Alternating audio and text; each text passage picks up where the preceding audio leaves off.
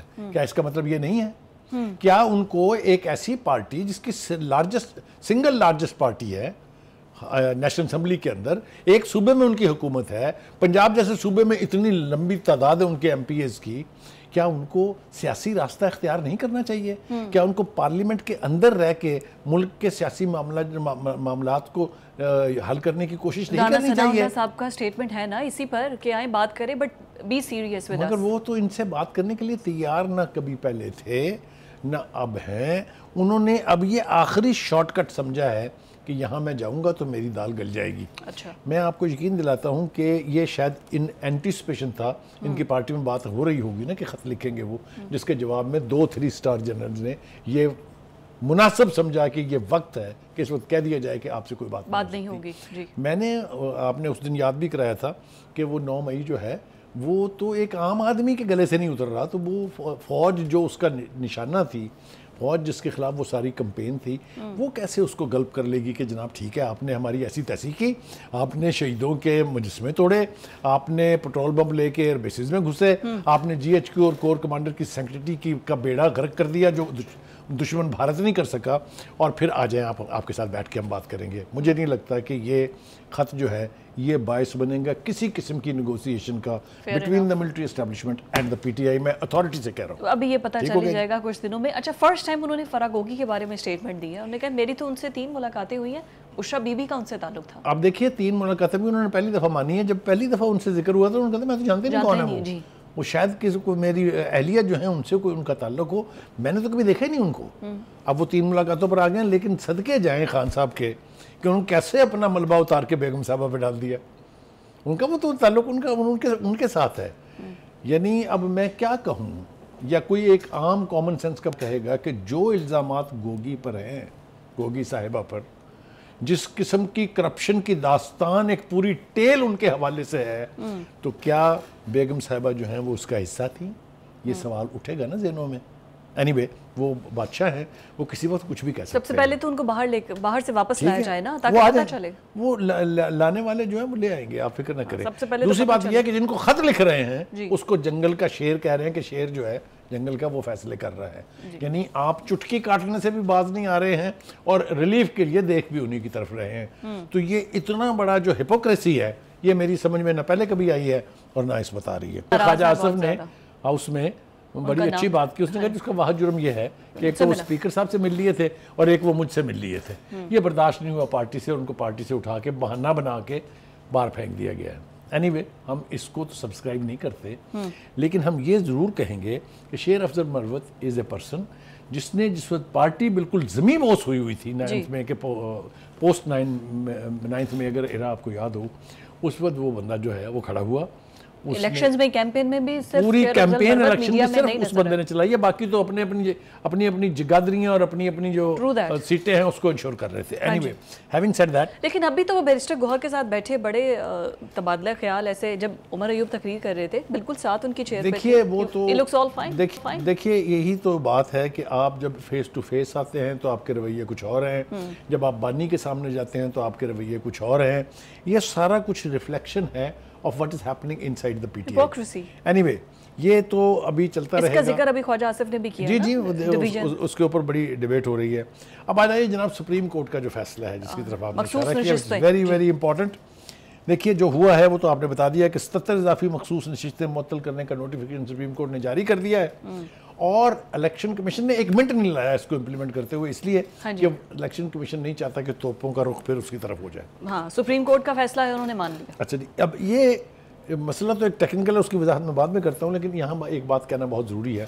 آپ کو یاد ہوگا جب یہ نشستیں بانٹی جا رہی تھی تو اس وقت بھی یہ رائے تھی کہ اس کا الٹیمیٹلی فیصلہ سپریم کورٹ میں ہوگا.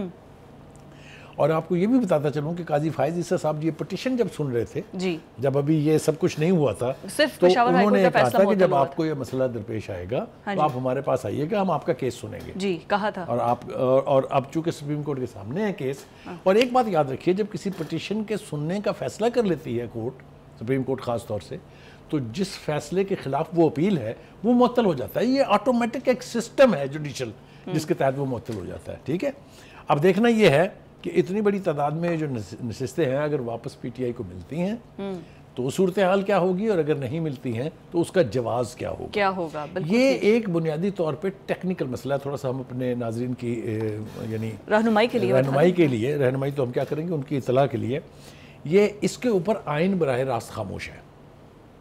یعنی آئین آپ کو نہیں بتاتا کہ اگر اس طرح کی صورتحال پیش آئے گی تو اس کے اوپر کیا حل ہے. لیکن الیکشن کمیشن کا ڈائلیما یہ تھا کہ ہاؤس کو پورا کرنے کے لیے، جس کو الیکٹرل کالج آپ کہہ لیں، اس کو پورا کرنے کے لیے ان سیٹوں کو کسی نہ کسی کو تو دینا ہے الیکشن ایکٹ کے تحت نا. ٹھیک ہے جی، الیکشن ایکٹ کے تحت انہوں نے اس کی ڈویژن کر کے جس پارٹی کی جتنی سیٹیں تھی اس کے مطابق ان کو انہوں نے ایلوکیٹ کر کے کورم پورا کر دیا. اب یہ معاملہ چونکہ سپریم کورٹ میں چلا گیا ہے، سپریم کورٹ نے اس کو ایڈمٹ کر لیا پٹیشن کو، لہٰذا وہ لوگ جو ہیں وہ اب نہ تو کسی ووٹنگ میں حصہ لے سکتے ہیں، اور میرا خیال یہ ہے کہ اب وہ پروسیڈنگ کا حصہ بھی نہیں بن سکتے ہاؤسز کی. بالکل ٹھیک. مگر جو ہی یہ فیصلہ ہوگا الٹیمیٹلی اس کا فیصلہ تو ہونا ہے.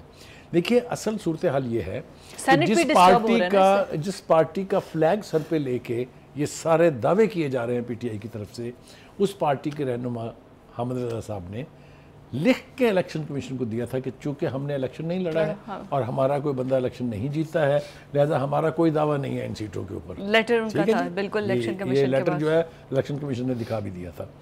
تو بہرحال اب سارا معاملہ جو ہے ان دا سپریم کورٹ، اور سپریم کورٹ اس کے اوپر طے کرے گی کہ اس سے آگے کس طرف جانا ہے. شہباز شریف نے ریزائن کر دیا ہے نون لیگ کی صدارت سے.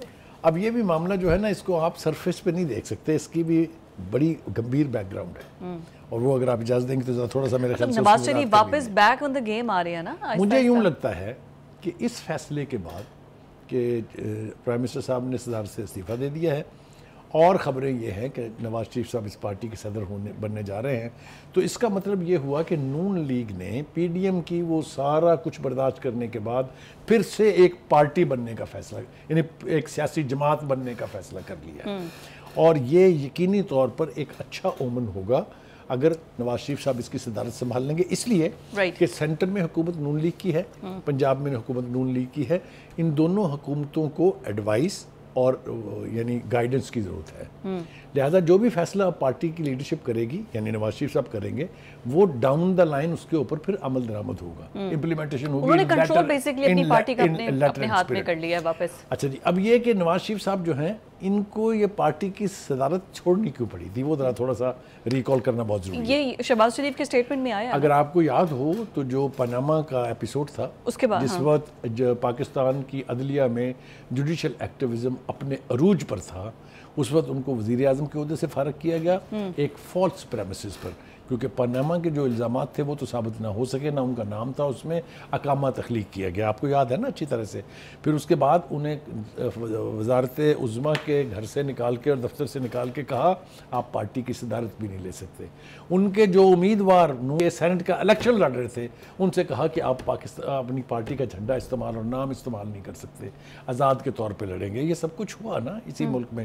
تو سب سے بڑی تکلیف دہ بات یہ ہے. اچھا ایک بات، آپ جب نواز شریف کو ان کے اقتدار سے ہٹایا گیا، پرائم منسٹر ہاؤس سے گھر بھیجا گیا، پارٹی کا صدارت ان سے لے لی گئی واپس، ان کا جو بیانیہ تھا وہ ہو گیا تھا اینٹی اسٹیبلشمنٹ. اب چونکہ واپس آ رہے ہیں تو کیا اینٹی اسٹیبلشمنٹ بیانیہ دیکھیے اگر ان کے بیانیے میں تبدیلی آنی ہوتی تو وہ اس وقت پرائم منسٹر ہوتے ہیں. اچھا وہ پرائم منسٹر صرف اس لیے نہیں بنے ہیں کہ وہ اپاہج قسم کا وزیر اعظم نہیں بننا چاہتے, وہ کسی سٹریس یا کسی پریشر کے تحت پرائم منسٹرشپ نہیں کرنا چاہتے, اس لیے یہ پٹ ہز فٹ ڈاؤن, اس نے کہا میں نہیں بنتا. ایک اور بات جو کرنی بہت ضروری ہے وہ یہ کہ ایک تو یہ کہ پرائم منسٹر صاحب چونکہ ایک اتحادی حکومت کے سربراہ ہیں, لہذا اتحادیوں کو ساتھ لے کے چلنا ہے, انٹرنیشنل ارینا میں بھی جانا ہے, کانفرنسز بھی اٹینڈ کرنی ہے, یونائٹڈ نیشن کے سیشن بھی اٹینڈ کرنے ہیں, بائی لیٹرل وزٹس بھی کرنی ہیں, تو ان کے پاس بہت کم وقت بچتا ہے پارٹی کو دینے کے لیے.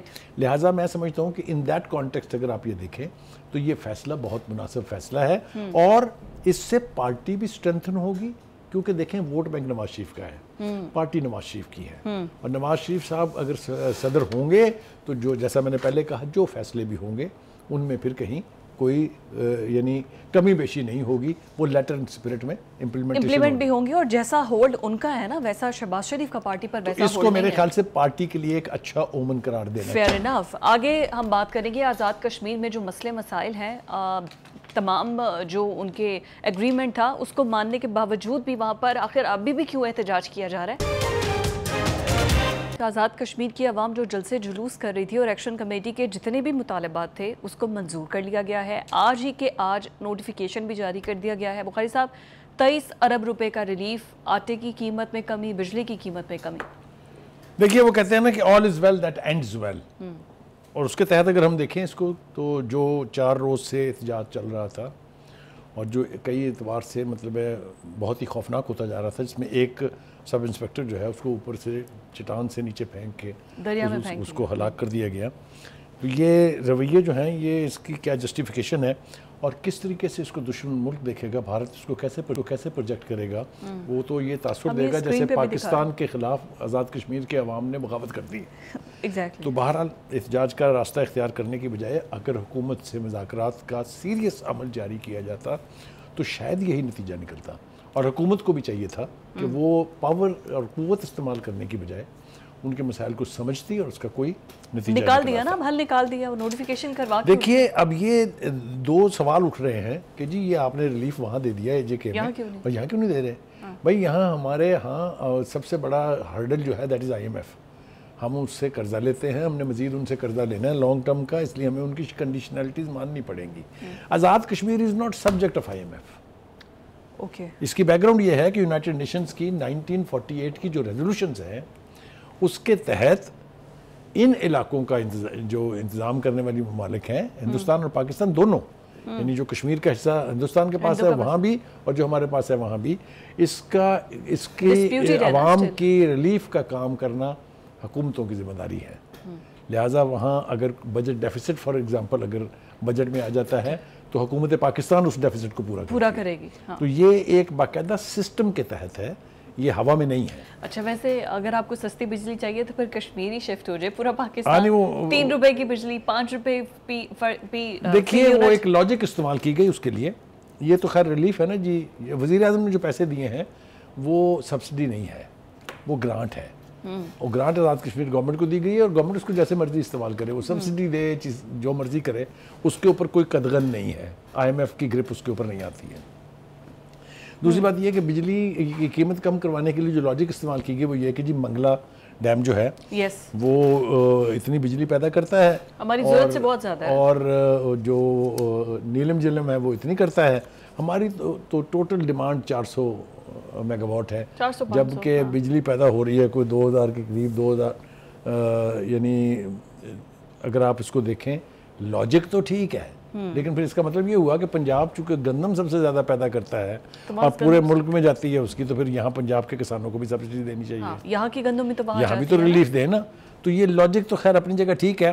انفارچونیٹلی جو سوشل میڈیا ہے وہ پھر وہی نیگیٹو ایکٹ کر رہا ہے. Most of the time Indian media اس کو بڑا پروجیکٹ کر رہا ہے. کریکٹ, وہ یہ تاثر دینے کی کوشش کر رہے ہیں جیسے آزاد کشمیر کے لوگوں نے ہی یا PTI کے لوگوں نے آزاد کشمیر فتح کر لیا ہے. جی یہ میرے خیال سے اس طرح کا جو یعنی تاثر دینا ہے وہ نہ ملک کے لیے ٹھیک ہے نہ وہاں کے عوام کے لیے ٹھیک ہے. گلا گھونٹ دیا نا اب اس قسم کے تاثر دینے والوں کا. دیکھیے اب سیٹلمنٹ ہو گئی نا, شہباز شریف نے ہر چیز کو ایکسیپٹ کر لیا ہے تاکہ کسی طرح سکون آئے وہاں. اب دیکھیں ایک اس کا نقصان کہہ لیجئے یا اس کا ایفیکٹ کہہ لیجئے, جو وہ اس طرف بھی آئے گا کہ یہاں کے لوگ بھی مہنگائی کے ہاتھوں تنگ ہیں. بھائی زندگی حرام ہے, یعنی غریب آدمی جو ہے یا مزدور طبقہ جو ہے یا جو لوور مڈل کلاس ہے وہ پوری کی پوری یہاں تک آئی ہوئی ہے. بجلی کی قیمتوں میں اضافہ ہے, گیس کی قیمتوں میں اضافہ ہے, پتہ نہیں کیا کیا ہے. تو کیا یہاں بھی لوگوں کو سڑکوں کے اوپر نکل کے یہ کام اسی طرح سے کروانا چاہیے؟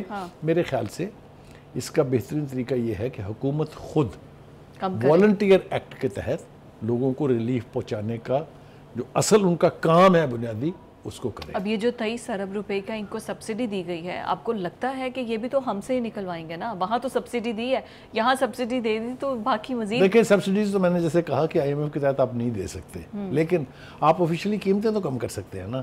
اب ابھی وہاں کیا ہو رہا ہے اس وقت جب میں اور آپ گفتگو کر رہے ہیں, وہاں وہ خونی قسم کے جو تصادم جو ہے وہ چل رہا ہے. آپ رینجر کی گاڑیوں کو جلائیں گے, آپ ان کو آگ لگا دیں گے, تو آپ یہ تو نہیں تصور کر سکتے, نہ آپ کو یہ سوچنا چاہیے کہ آگے سے آپ کو پھول پیش کیے جائیں گے. ظاہر ہے ایکشن ہوگا, ظاہر ہے ٹیئر گیسنگ ہوگی. تو یہ جو منظر نامہ ہے, ایسی چیزوں کو نا انڈین میڈیا پروجیکٹ ایسے کر رہے جیسے نا آزاد کشمیر کی عوام نے بغاوت کی ہے. obviously کرے گا بھائی. ہمیں نا اس چیز کا ادراک ہونا چاہیے کہ آزاد کشمیر ہو گیا یا گلگت بلتستان ہو گیا, یہ علاقے سینسٹیو علاقے ہیں. یہاں کی حکومتوں کو بھی چاہیے کہ وہ اس قسم کا تاثر دیں کہ وہ عوام کی بہبود کے لیے کام کر رہی ہیں. پاکستان کی حکومت کو بھی چاہیے کہ ان کی شکایات کو فی الفور اس کو رسپونڈ کرے اور کوئی نہ کوئی سلوشن دے. ہم نے سلوشن دے تو دیا نا, پاکستان کی گورنمنٹ نے سلوشن بھی دے دیا. ان کا آٹے کا تھیلا 2000 کا کر دیا, بجلی کے یونٹ 5 روپے 3 روپے 10 روپے اس طریقے سے تو کر دیے ہیں. اسٹل اگر وہ نہیں ہوتے تو پھر اس پہ نہیں, میرے خیال سے اب یہ سیٹل ہو جانا چاہیے تھا. ہمیں توقع یہ تھی, اور آزاد کشمیر کے جو پرائم منسٹر ہیں انہوں نے انوار الحق صاحب نے کہا بھی کہ مجھے نہیں لگتا کہ اب کوئی ایشو ہوگا, کیونکہ ان کی ہر بات تو ہم نے مان لی ہے. ایگزیکٹلی, تو پھر اس کے بعد جواز نہیں بنتا ہے. اینی ویز ابھی آپ کو بتاتے ہیں کہ سمری بھیج دی گئی ہے اوگرا کی جانب سے کہ پیٹرول کو 11 روپے کم کیا جائے. بخاری صاحب کیا لگتا ہے آپ کو 15 کو ہوگا پیٹرول کم؟ دیکھیے پہلی بات تو یہ ہے کہ یہ ابھی تو تجویز ہے, ہم تو توقع کر رہے ہیں کہ یہ امپلیمنٹ ہو جائے گا. جیسا کہ ہم نے دیکھا ریسنٹلی 2-3 بار کمی کی گئی ہے. پہلے انفارچونیٹلی جو پریویس حکومت سے ہوتی تھی اس میں اگر عالمی منڈی میں تیل کی قیمت کم بھی ہوتی تھی تو اس کا امپیکٹ جو ہے وہ عام آدمی تک نہیں پہنچنے دیتے تھے. کبھی اس کو لیوی میں ایڈجسٹ کر لیتے تھے, کبھی کچھ کرتے تھے, کبھی کچھ کرتے تھے, کبھی فیول ایڈجسٹمنٹ میں ایڈجسٹ کر لیتے تھے. لیکن یہ پہلی بار ہے کہ جب بھی کبھی یہ اناؤنسمنٹ آئی ہے تو اس کا افیکٹ جو ہے گراس روٹ لیول پر عام آدمی کو گیا ہے. اور یہ اگر 11 روپے جو ہے یہ 15 تاریخ کو وہ کہتے ہیں سمری اوگرا جو ہے وہ پرائم منسٹر کو بھیجے گا, وہ منظور ہو جائے گی تو 16 مئی سے یہ 11 روپے پیٹرول کی قیمت اور 9 روپے 70 پیسے ڈیزل کی قیمت کم ہو جائے گی. It's a good thing, but مجھے کچھ یوں لگ رہا ہے, میں بھی آئی ایم لاؤڈلی تھنکنگ کہ کچھ اچھا ہو رہا ہے. مثال کے طور پہ آئی ایم ایف جس نے اتنا ڈرایا ہوا تھا اور ہم سب ڈرے ہوئے تھے کہ پتہ نہیں وہ کیا کرے گا ہمارے ساتھ. نہ صرف یہ کہ اس نے پہلی قسط جاری کر دی ہے بلکہ اس نے جو لانگ ٹرم قرضہ ہم لینے جا رہے ہیں 6 بلین کا, اس کے لیے بیسک نوڈ انہوں نے کر دی ہے. اس کے علاوہ ایک اور چیز آپ نے دیکھا جو ہمارا انڈیکس ہے 100 اسٹاک ایکسچینج کا 100 انڈیکس, اس نے تو تاریخ رقم کر دی ہے بابا. 74 پہ تو کبھی اچھے سے اچھے حالات میں نہیں ہے.